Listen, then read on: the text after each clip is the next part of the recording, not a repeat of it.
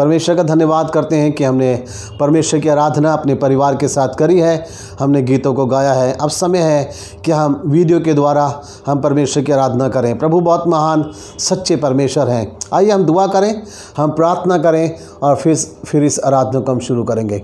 हमारे जीवित, सामर्थ्य और पवित्र परमेश्वर पिता, आपके सामने हम आते हैं इस समय। परमेश्वर, आपको हम धन्यवाद देते हैं कि आज का पवित्र दिन आपने हमें दिखाया। परमेश्वर पिता, हम धन्यवाद देते हैं, आपने हमें मौका दिया आराधना करने के लिए। आज सुबह जब हम परमेश्वर आपकी आराधना करते हैं, परमेश्वर पिता इस आराधना को आप स्वीकार करें, आप इससे प्रसन्न हो प्रभु, और अपने जीवन के अंदर हम बहुत आशीषित हो सकें। जो भी वचन आज का हम सुनेंगे उसके ऊपर भी आपकी आशीष हो परमेश्वर, हम उन वचनों के द्वारा आशीषित हो सकें। जो हम भजन गाते हैं उसके द्वारा हम आपके नाम को आदर सम्मान देने वाले हो सकें। अपनी उपस्थिति हर जगह बना के रखें, हमारी कलीसिया के हर परिवार को संभालें। प्रार्थना यीशु मसीह के नाम से मांगते हैं, आमीन।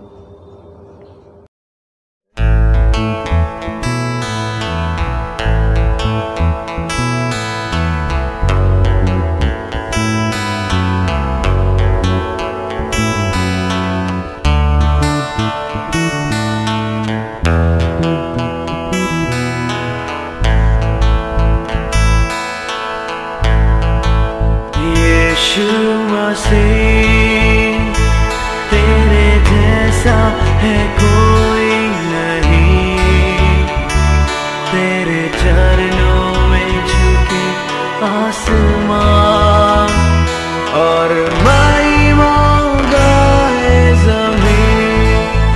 यीशु मसीह तेरे जैसा है कोई नहीं, तेरे चरणों में झुके आसमान और महिमा गाए ज़मीन। हम गाए हो ज़रा, तू राजाओं का है राजा, तेरी महिमा होए सदा। तू है प्रभु हमारा खुदा, हम गाए हो ज़रा, तू राजाओं का है राजा, तेरी महिमा होए सदा। तू है प्रभु हमारा खुदा।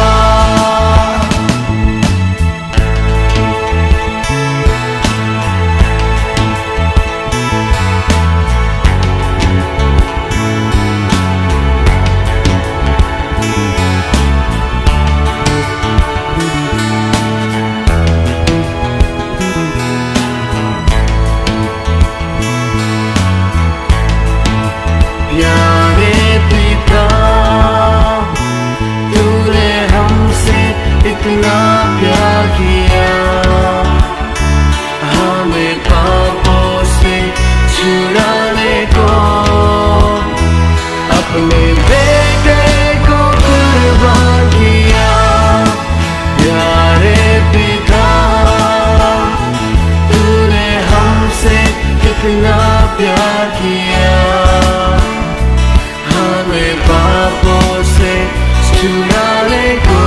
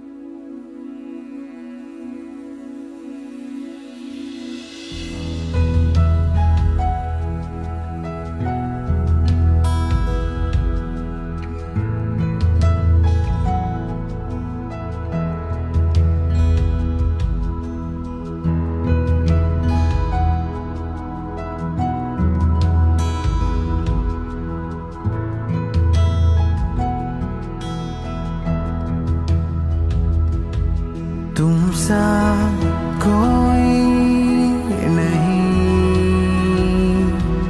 तुम सा कहीं नहीं। अब है पूरा यकीन, तुम सा कोई नहीं, तुम सा कोई नहीं, तुम सा कहीं नहीं। अब है पूरा यकीन,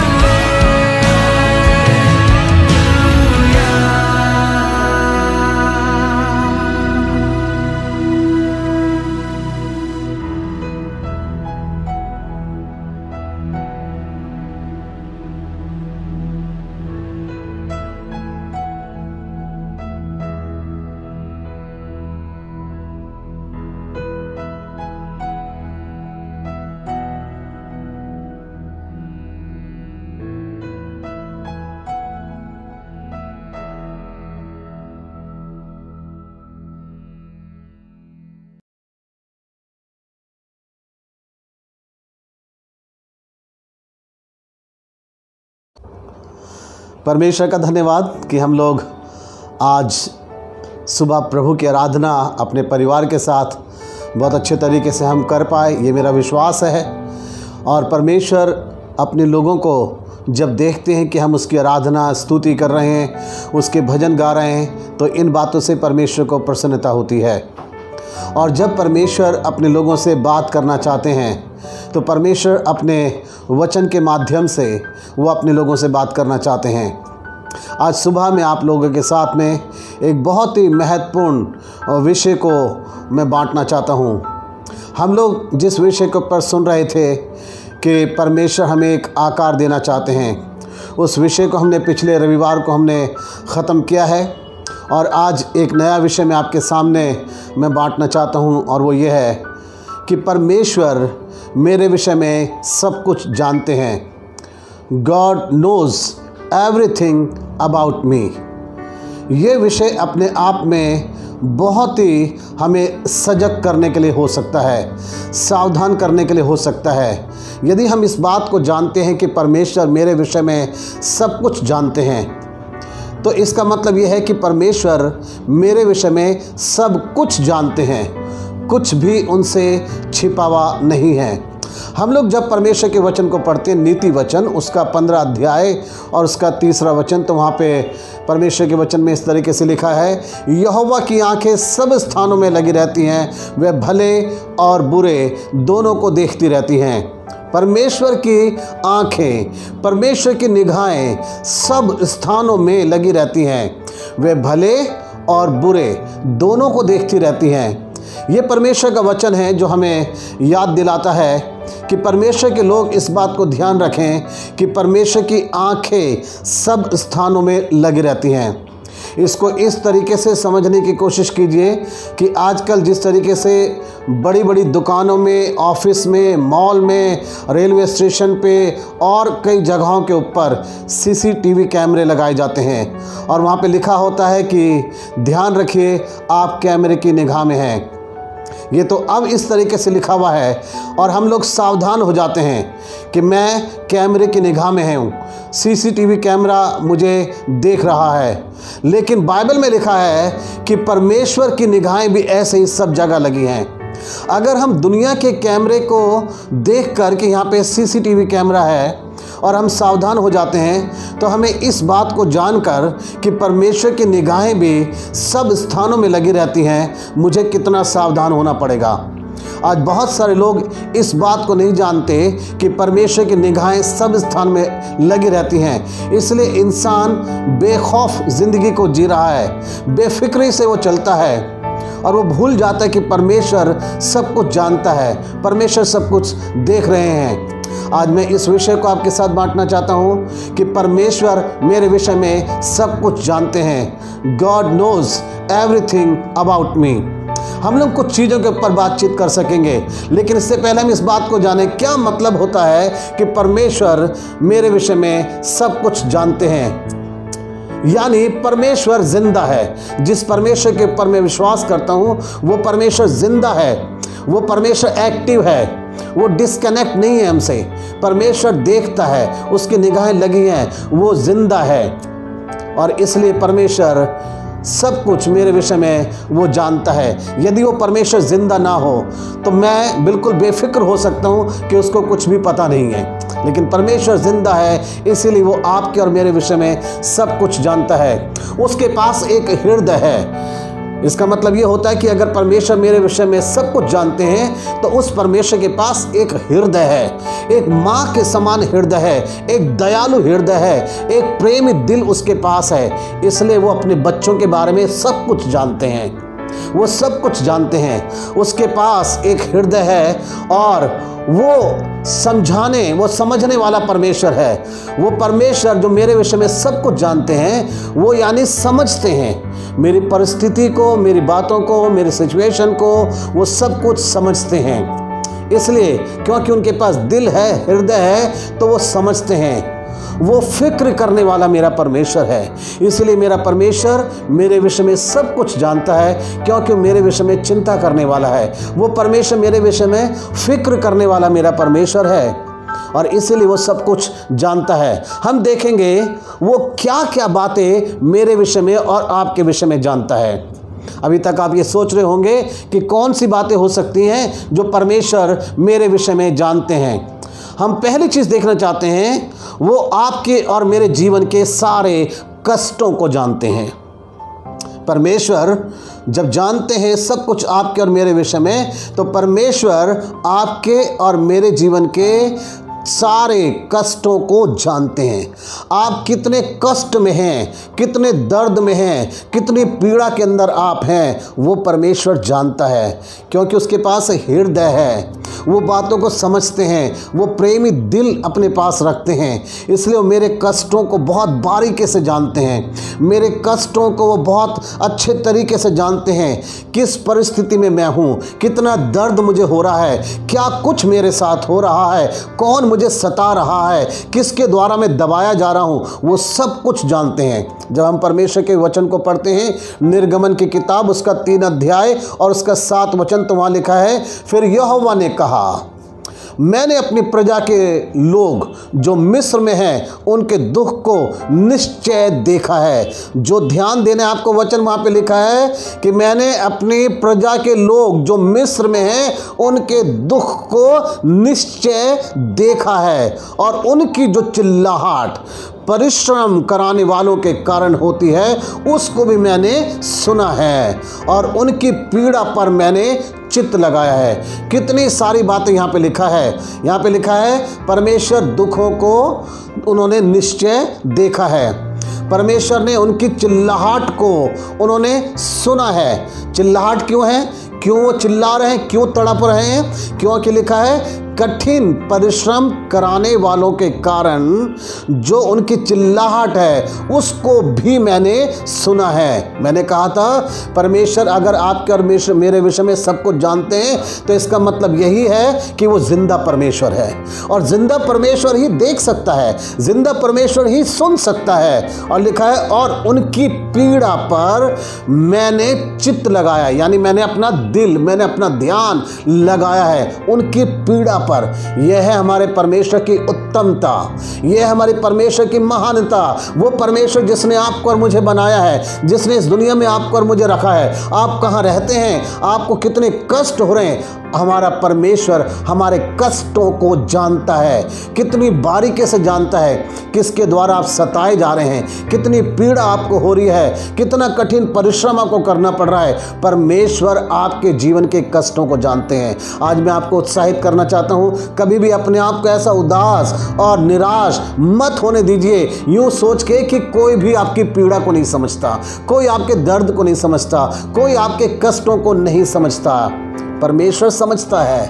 परमेश्वर एक माँ के समान हृदय रखता है। परमेश्वर दयालु परमेश्वर है, उसका हृदय एक माँ के समान है। वो जिंदा परमेश्वर है, वो समझता है, वो समझता है। शायद आपके लोग आपके कष्ट को, पीड़ा को, दर्द को नहीं समझ पाते, लेकिन परमेश्वर वो है जो समझता है कि मेरे लोग, मेरे बच्चे, मेरा बेटा, मेरी बेटी कितने कष्ट में है। ये पहली चीज आप ध्यान रखिए। हमने पढ़ा है निर्गमन की किताब, वो हमारे परमेश्वर हमारे सारे कष्टों को वो जानते हैं। हमारा परमेश्वर ये है। हम लोग एक जगह और पढ़ते हैं नए नियम के अंदर, और उसमें लिखा है मरकुस 6 अध्याय और उसके 48 वचन के अंदर, 48 वचन के अंदर लिखा है, यीशु मसीह ने इस तरीके से कहा, और जब उसने देखा कि वह खेते खेते घबरा गए। ये प्रभु यीशु मसीह के चेलों के विषय में है।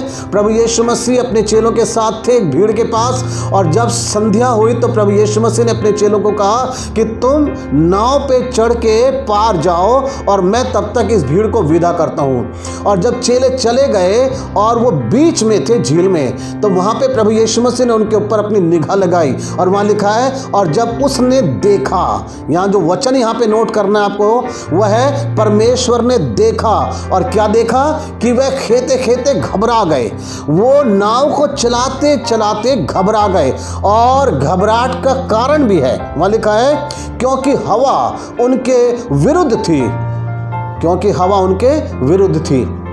परमेश्वर आपकी परेशानी के कारण को जानते हैं। आप कितने मुश्किल में हैं, कितने समय से आप प्रयास कर रहे हैं, आप कोशिश कर रहे हैं, आप कोशिश कर रहे हैं कि इस परेशानी से आप निकल जाएं और आप निकल नहीं पा रहे, लेकिन परमेश्वर इसको जानते हैं। वहाँ लिखा है मरकुस 6 अध्याय और 48 वचन के अंदर कि उसने देखा कि वे खेते खेते नाव को चलाते चलाते घबरा गए क्योंकि हवा उनके विरुद्ध थी। आज परिस्थितियां आपके विपरीत हैं, परिस्थितियां आपके विरुद्ध चल गई हैं क्योंकि परेशानी है, महामारी है, नौकरी चली गई, खाने के लिए घर में लोगों के भोजन नहीं है, मुश्किल है, कठिनाई है। ये सब कुछ परमेश्वर जानते हैं कि आज परिस्थितियां आपकी बदल गई। शायद आप बहुत अच्छे समय में रह रहे थे, बहुत अच्छा सब कुछ चल रहा था, अचानक से ही ये मुश्किल और परेशानी आ गई और परेशानी का समय कितना बढ़ गया है, कितने समय से आप कष्ट में हैं, ये सब कुछ परमेश्वर जानते हैं। क्योंकि याद रखिए, हम पहली चीज़ पे विचार कर रहे हैं, परमेश्वर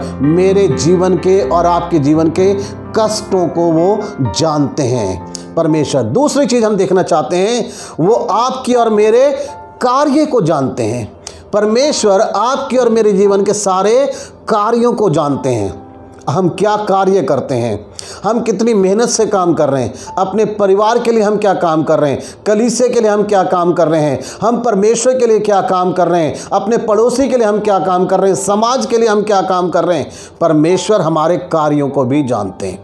पहली चीज़ मैंने बताया, परमेश्वर हमारे जीवन के कष्ट को, दर्द को, परेशानी को जानते हैं।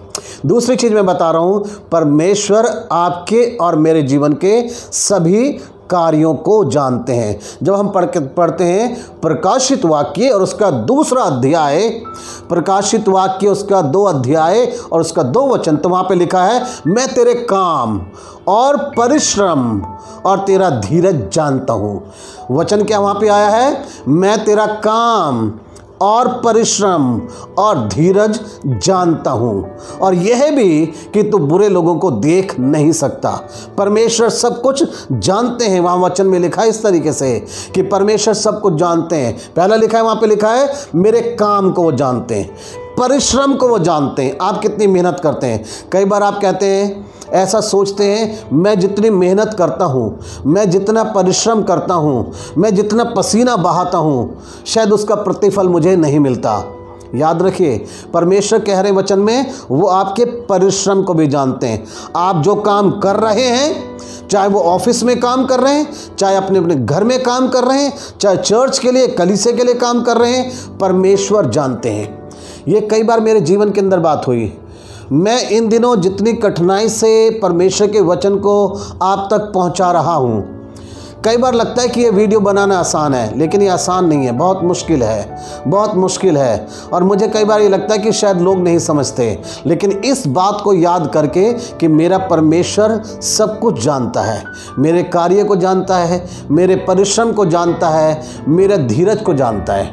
धीरज किस रूप में, कि मेरा धीरज टूट नहीं गया, कि मैंने इस काम को करना छोड़ दिया, नहीं, मुझे करना है, मुझे करना है। कई लोगों का धीरज जवाब दे देता है, कई बार कई लोगों का सब्र जो है वो टूट जाता है और वो कार्य करना, परिश्रम करना छोड़ देते हैं। आप कभी भी मेहनत करने से पीछे मत हटिए, आप कभी भी कार्य करने से पीछे मत हटिए, क्योंकि परमेश्वर आपके कार्यों को जानते हैं और उसका प्रतिफल परमेश्वर एक दिन अवश्य आपको देंगे।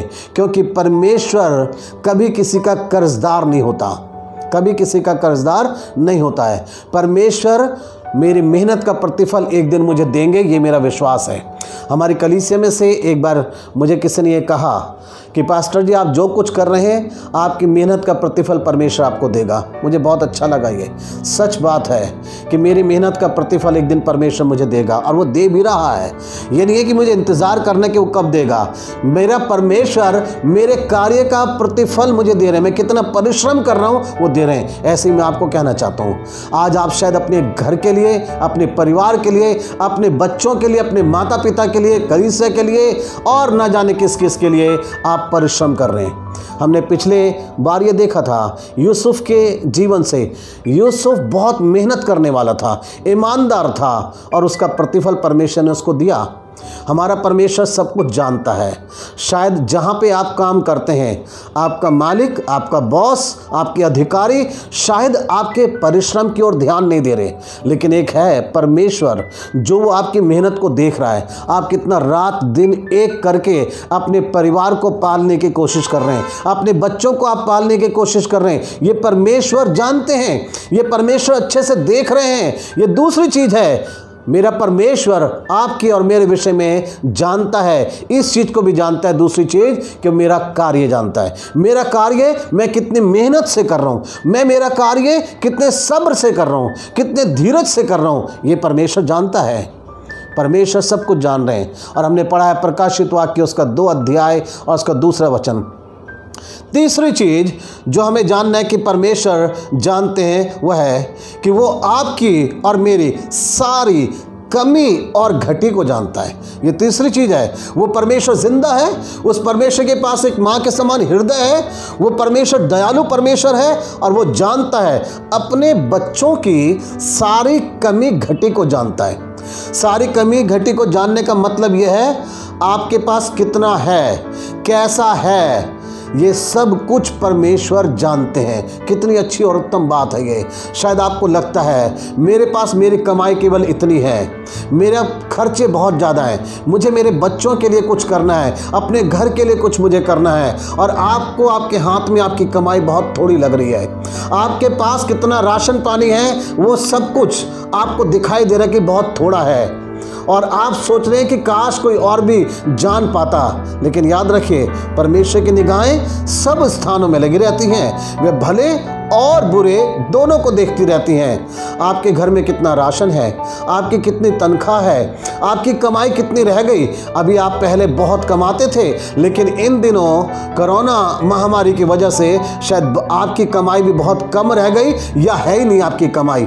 परमेश्वर इस बात को जानते हैं, परमेश्वर जानते हैं, आपकी कमी घटी को जानते हैं। हम लोग जब पढ़ते हैं यूहन्ना का सुसमाचार उसका 6 अध्याय 9 और 10 वचन, वहाँ पे इस तरीके से लिखा है, यहाँ एक लड़का है जिसके पास जौ की 5 रोटी और 2 मछली हैं। यहाँ पे ये वो समय था जबकि प्रभु यीशु मसीह सामने एक बहुत बड़ी भीड़ थी। वहाँ लिखा है संख्या 5000 से अधिक लोग थे, और उनके खाना खाने के लिए प्रभु यीशु मसीह बातचीत कर रहे थे अपने चेलों से। तब प्रभु यीशु मसीह के एक चेले ने आके कहा, यहाँ एक लड़का है जिसके पास जौ की 5 रोटी और 2 मछलियाँ हैं, परंतु इतने लोगों के लिए वे क्या है। यहाँ पे उस चेले ने प्रभु यीशु मसीह के पास वो थोड़ा भोजन लाके दिखाया और कहा कि वो है क्या। शायद आज आपका भी ऐसा ही विचार होता है, मैंने कमाया, मेरे पास इतना पैसा है, लेकिन ये है ही क्या, इसमें होता ही क्या है। अक्सर कई लोग ऐसे शब्द को इस्तेमाल करते हैं, इससे होता ही क्या है, इतनी तनख्वाह से होता ही क्या है, इससे होता ही क्या है। ऐसे शब्द शायद आपके भी रहते हैं। लेकिन जब हम पढ़ते 10वां वचन, तो 10वें वचन में प्रभु यीशु मसीह ने इस तरीके से कहा, यीशु ने कहा कि लोगों को बैठा दो। यहाँ पे कितनी समझने वाली बात है। जो चेला था उसने यूँ कहा, ये 5 रोटी और 2 मछलियाँ हैं, परंतु इतने लोगों के लिए वो क्या है। उसको लग रहा है कि आवश्यकता बहुत ज़्यादा है और चीज़ बहुत कम है। लेकिन यीशु मसीह का जो स्वभाव है, उन्होंने कहा, यीशु ने कहा लोगों को बैठा दो। इसका मतलब वही कहना चाह रहे हैं, शांति रखो, तसल्ली रखो। बैठ जाने का मतलब यही है, बेचैन मत हो, धीरज धरो, तसल्ली रखो। और तसल्ली रखो फिर क्या है, उसने उस जगह बहुत घास थी, तब वे लोग जो गिनती में लगभग 5000 के थे बैठ गए। और तब अगले वचन में लिखा है, प्रभु यीशु मसीह ने वो रोटी और मछली अपने हाथ में ली और स्वर्ग की ओर देख के कहा, परमेश्वर तेरा धन्यवाद, और तब उसने बांटने वालों को दे दिया। और लिखा है, खाने वाले तृप्त हो गए और 12 टोकरे बच भी गए। यह है परमेश्वर का कार्य। ना केवल वो आपकी कमी घटी को जानते हैं, बल्कि वो इस चीज को भी जानते हैं कि अब मुझे क्या करना है। आप तो आशाएं हैं, आप तो ये कह रहे हैं कि इससे हो गई क्या, इससे मैं कर क्या पाऊंगा अपने बच्चों के लिए, अपने परिवार के लिए। लेकिन जब हम कहते हैं मेरे प्रभु बस यही मेरे पास है, और प्रभु आपकी सारी कमी घटी जानते हैं, वो जानते थे कि अब इसके अलावा इनके पास है नहीं। उन्होंने देख लिया, प्रभु यीशु मसीह ने जान लिया, वो समझते थे कि बस इनके पास यही है। लेकिन अब प्रभु क्या करेंगे ये प्रभु के ऊपर है। आपको सोचने की ज़रूरत नहीं है, आपको चिंता करने की ज़रूरत नहीं है, आपको अपना दिमाग दौड़ाने की ज़रूरत नहीं है। आपने तो बस प्रभु से कह दिया प्रभु बस यही है। अब देखिए प्रभु क्या करेंगे। परमेश्वर वो है जो सब कुछ करने की सामर्थ रखते हैं। प्रभु आपको बरकत देना चाहते हैं। परमेश्वर आपके सारे घर के राशन पानी पे बरकत आशीष देना चाहते हैं, आपकी कमाई पे बरकत देना चाहते हैं। मुझे याद है जब हम छोटे थे, हमारे घर में जब तनख्वाह आती थी मेरे मम्मी पापा की, वो उस पैसे को लेकर परमेश्वर को पहले धन्यवाद देते थे और फिर उसमें से परमेश्वर का वो हिस्सा निकालते थे, दसवांश निकालते थे जो प्रभु का होता था, और जो बच जाता था उसको प्रभु के आगे कहते थे प्रभु ये है। और हमारे 5 बच्चे हैं और वो सब कुछ पूरा होता था, सब पूरा हो जाता था। जब घर में राशन आता था, इससे पहले कि उस राशन को अपने डब्बों में डालें, मम्मी पापा उस राशन के ऊपर दुआ करते थे और वो राशन हमारा पूरे महीने चलता था और बच भी जाता था। क्या आपकी ऐसी आदत है? क्या आपने कभी ऐसी आदत डाली कि जो आपने कमाई करा उस कमाई के ऊपर आपने दुआ करी और परमेश्वर का हिस्सा निकाला? जब आप राशन लेके आए उसके ऊपर आपने दुआ करी और फिर डब्बों में डाला? क्या ऐसी आदत आपने डाली? शायद नहीं। परमेश्वर सब कुछ जानते हैं आपके पास कितना है, लेकिन पहले वो प्रभु के आगे तो लेके आए। जो थोड़ा सा भी आपके पास है प्रभु के आगे तो लेके आए। देखिए परमेश्वर उसको कितनी बरकत दे देंगे। हमारा परमेश्वर महान है, वो आशीष देने वाला हमारा परमेश्वर है। ये तीसरी चीज़ है, हमारा परमेश्वर हमारी सारी कमी घटी को जानते हैं। चौथी चीज़ जो परमेश्वर आपके और मेरे विषय में जानते हैं, वो आपके और मेरे जीवन की कीमत जानते हैं। हमारे परमेश्वर जिंदा है, एक अच्छा हृदय है उनके पास माँ के समान, और इसलिए वो परमेश्वर आपकी और मेरी कीमत जानते हैं। इसका क्या मतलब होता है? कीमत जानते हैं। शायद आज दुनिया के लोगों में हमारी कोई वैल्यू नहीं है, कोई कद्र नहीं है, लेकिन परमेश्वर की निगाह में हम बड़े बहुमूल्य हैं। इसका मतलब ये है आप परमेश्वर की निगाह में बहुत कीमती हैं। आप कितने पढ़े लिखे हैं, कितने नहीं हैं, आप कैसे दिखते हैं, आप काले हैं, गोरे हैं, कौन सी जाति धर्म के हैं, परमेश्वर के इससे कोई भी मतलब नहीं है। परमेश्वर केवल आपको प्यार करते हैं क्योंकि परमेश्वर ने आपको बनाया है। ये तो इंसान भेदभाव करता है, रंग भेद, जाति, धर्म, ऐसी चीज़ें, पढ़े लिखे हो नहीं हो, अनपढ़ हो, कौन हो, ये केवल इंसान करता है। लेकिन परमेश्वर केवल आपको प्यार करते हैं क्योंकि परमेश्वर आपकी कीमत जानते हैं, आपकी वैल्यू जानते हैं। परमेश्वर को पता है आप कितने बहुमूल्य हैं, और इसके पीछे कारण ये है क्योंकि परमेश्वर आपको बहुत प्यार करते हैं और परमेश्वर ने आपको और मुझे अपने स्वरूप और अपनी समानता में बनाया है। इसलिए परमेश्वर आपके और मेरे कीमत को जानते हैं। देखिए परमेश्वर के वचन में लिखा है, मत्ती 6 अध्याय और उसके 26 वचन में यूँ लिखा है, आकाश के पक्षियों को देखो, वे ना बोते हैं, ना काटते हैं और ना खत्तों में बटोरते हैं, तो भी तुम्हारा स्वर्गीय पिता उनको खिलाता है। क्या तुम उनसे अधिक मूल्य नहीं रखते? परमेश्वर आपको वचन में बताना चाहते हैं, अगर परमेश्वर आकाश के पक्षियों को खिला सकते हैं तो प्रभु ये कहना चाह रहे हैं कि क्या तुम्हारा मूल्य उनसे बढ़कर नहीं है? हम परमेश्वर की दृष्टि में बहुत बहुमूल्य हैं, हम परमेश्वर की दृष्टि में बहुत कीमती हैं। कीमती का मतलब यह है परमेश्वर किसी भी तरीके से आपको खो देना नहीं चाहते हैं।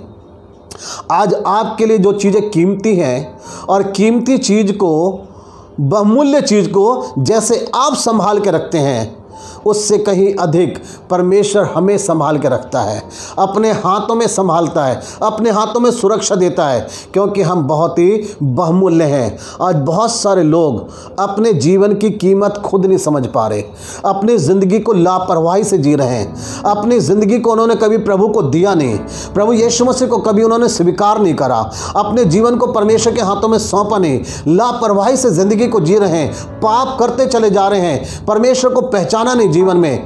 इसका मतलब है आपने अपने जीवन की कदर खुद नहीं करी हुई। आप अपनी ज़िंदगी को इस रूप में देखिए कि आपका जीवन परमेश्वर के द्वारा दिया गया है।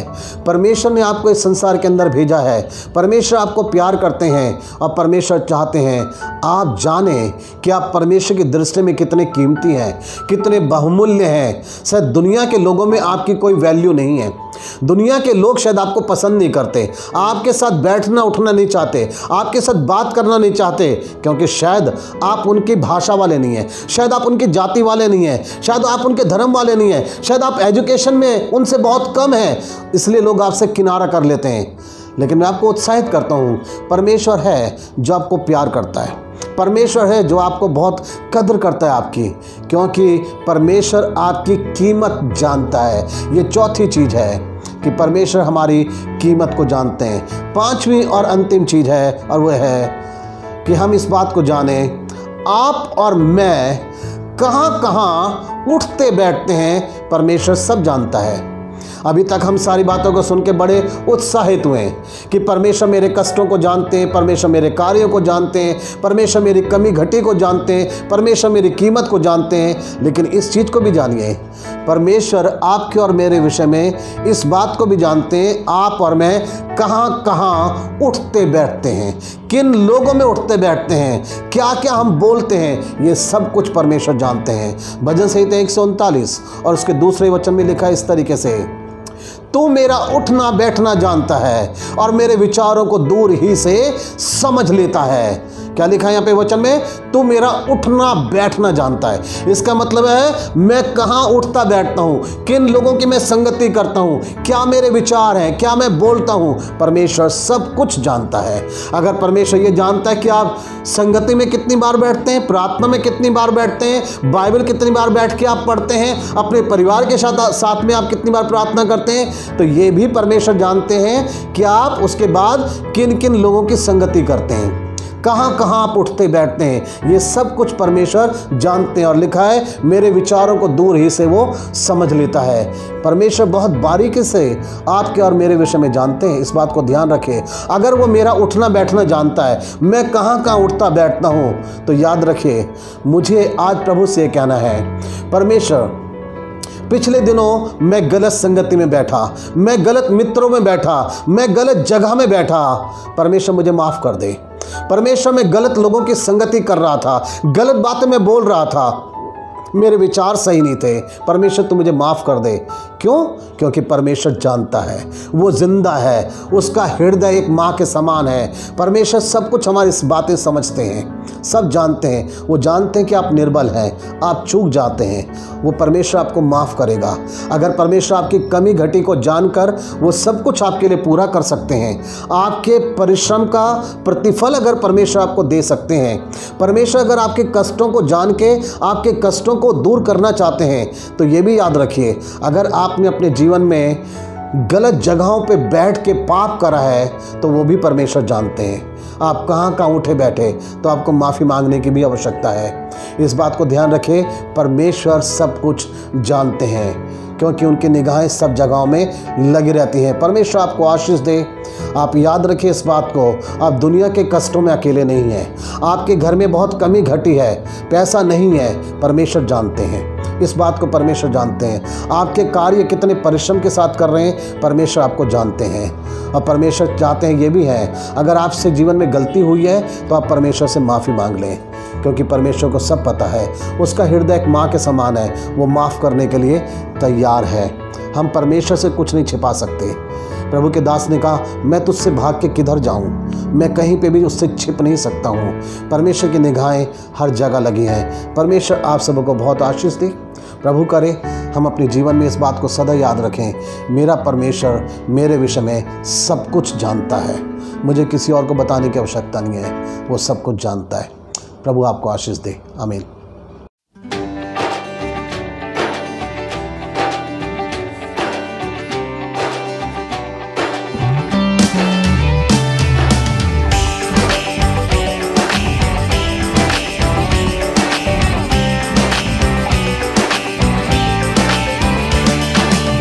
आकाश बनाने वाले, धरती रचाने वाले, मुझ में समाने वाले, सबको बचाने वाले।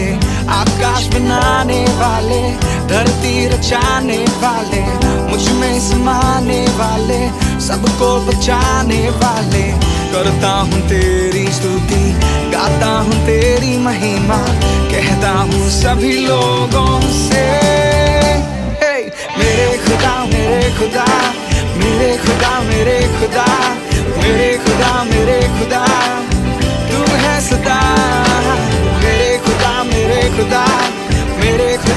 मेरे खुदा, मेरे खुदा, मेरे खुदा, तू है सदा।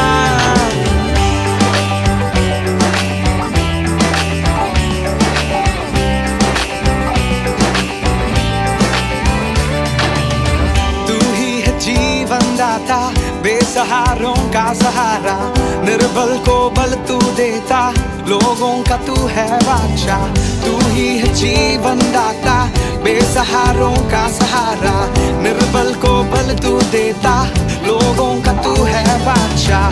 करता हूँ तेरी स्तुति, गाता हूँ तेरी महिमा, कहता हूँ सभी लोगों से, हे मेरे खुदा, मेरे खुदा, मेरे खुदा, मेरे खुदा, मेरे खुदा, मेरे खुदा, तू है सदा।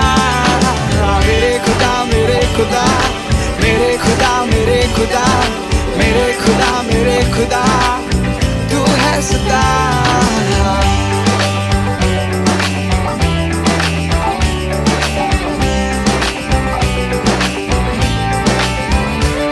मेरे खुदा तू है सदा, सारा जहां गाए गुणगान।